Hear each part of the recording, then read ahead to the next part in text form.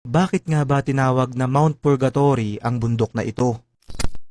Mga kaibigan, matatagpuan sa Bocod, Benguet ang bundok na ito na kilalang kilala lalo na sa mga taong mahilig sa adventure tulad ng mountain hiking at trekking. Kakambal rin ng bundok na to ang iba't ibang kwentong katatakutan mula mismo sa mga taong nakapunta na dito at nasubukan ng akyatin at libutin yung bundok. Ayon sa kwento, ito raw ay pinangalanang Mount Purgatory ng Amerikanong si Durham Hale Bennett na kanyang ikinumpara sa konsepto ng purgatorio kung saan ang pagpunta at paninirahan daw sa lugar na to ay maihahalin tulad sa hirap na dinaranas ng mga kaluluwang nasa purgatorio.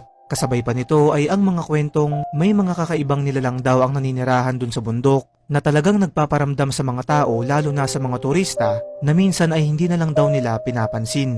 Ayon pa sa ilang local tour guide dun sa lugar ay nagtataka raw sila dahil minsan ay parang humahaba at tumatagal daw yung kanilang trail at minsan naman ay saglit lamang kahit na parehong ruta lang naman ang kanilang dinadaanan.